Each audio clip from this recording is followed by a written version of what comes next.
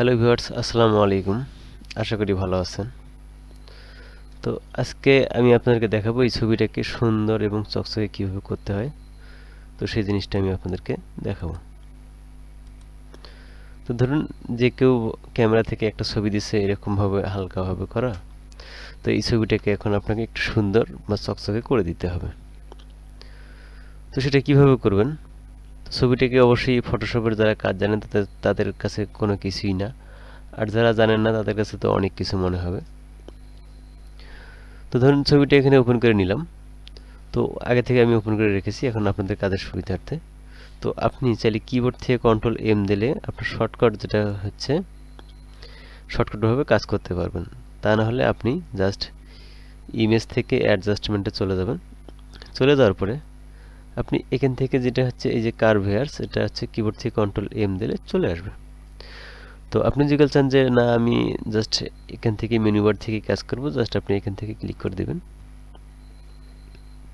তো ক্লিক করে দেওয়ার পরে তো আপনি এখানে 8 জিবি আছে, 8 জিবি থেকে এখানে আমাদের অনেক কিছু আছে, 8 জিবি রেড, গ্রিন, ব্লু। তো আপনি এখানে কিন্তু সবগুলো কালার ইউজ করে আপনি ইয়ে করতে পারেন। তো আমরা 8 জিবিতে হচ্ছে সবগুলো কালার কিন্তু একবারই অ্যাডজাস্ট হয়ে যাবে। আমি ক্লিক করে দিলাম, একটু উপরে উঠে দিলাম, জাস্ট ওকে করে দেবেন। তো দেখুন ছবিটা কিন্তু আগে কীরকম ছিল তার থেকে কিন্তু একটু চকচকে হয়েছে।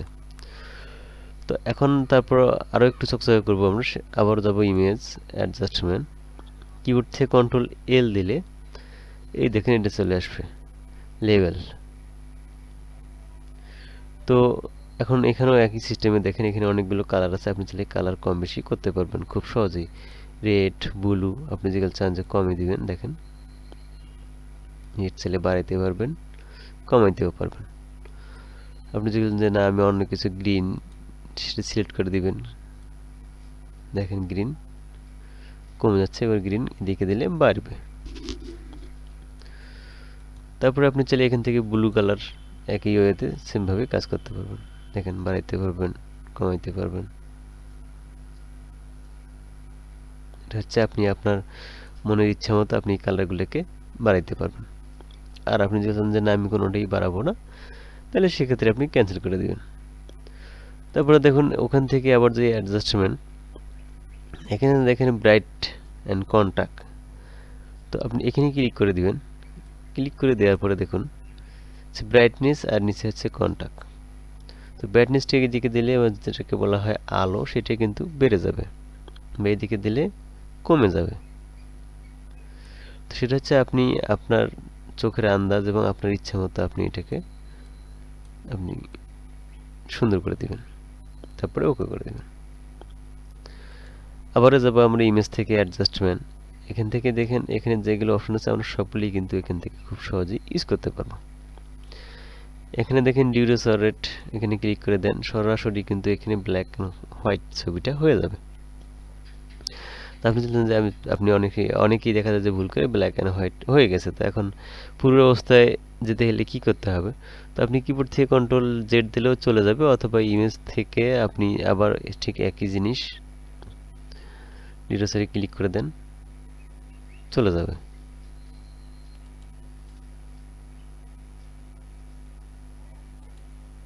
দেখেন কিন্তু যাচ্ছে না, তাহলে আপনি কি করুন, কিবোর্ড থেকে কন্ট্রোল জেড দিবেন, তাহলে একটার পর একটা কিন্তু আপনার কাজগুলো হয়ে যাবে।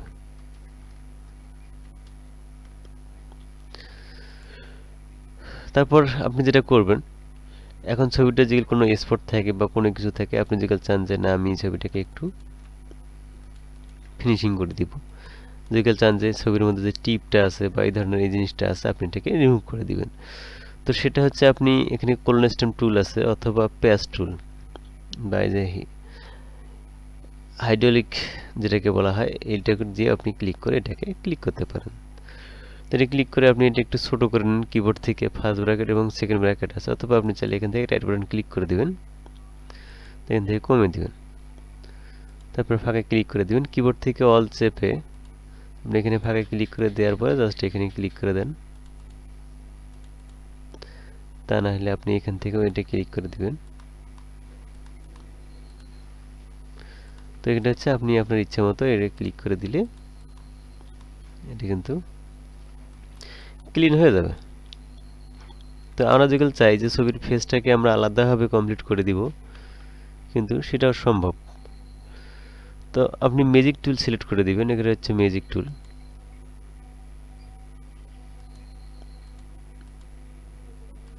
তারপরে আপনি এখানে ক্লিক করে দিবেন।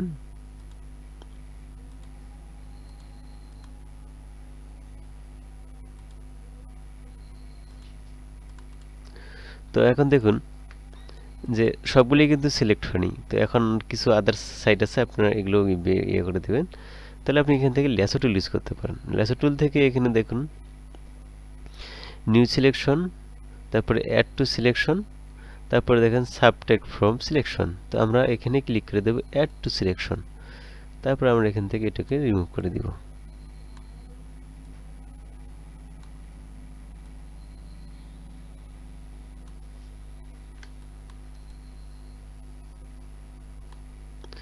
তারপর দেখুন আমরা এখান থেকে ক্লিয়ার করে দিব।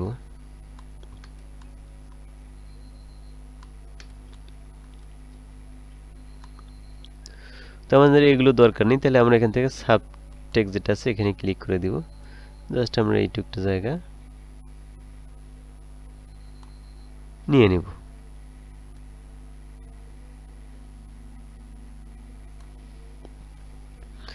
তারপরে এখানে আবার ক্লিক করব।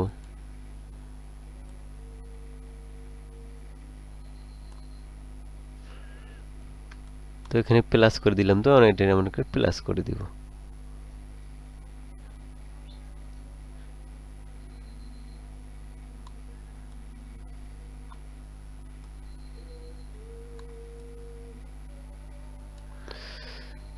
তারপরে আপনি এখান থেকে যেহেতু আমরা ফেদার ইউজ করে দিব, আপনারা কিন্তু অনেকেই ফেদারের কাজটা জানেন না। তো ফেদারের কাজটা হচ্ছে, তো এই সাইডগুলো যাতে মিশে যাবে। আর আপনি যদি ফেদার ছাড়া কাজ করেন, সাইডগুলি কিন্তু দেখা যাবে মানে ভাষা যে কাজ করা হয়েছে। তাহলে আপনি এখান থেকে রাইট বাটন ক্লিক করবেন, ক্লিক করার পর ফেদারে ক্লিক করে দিবেন। দেওয়ার পরে এখানে দেখেন 5 আছে, আপনি এখান থেকে 5 থেকে 10 পর্যন্ত ইউজ করতে পারবেন। তো এখন আপনি কিবোর্ড থেকে কন্ট্রোল এম দেন, দেওয়ার পরে একটু বাড়িয়ে দেন, কিবোর্ড থেকে কন্ট্রোল এল দেন, দেখুন বাড়িয়ে গেছে।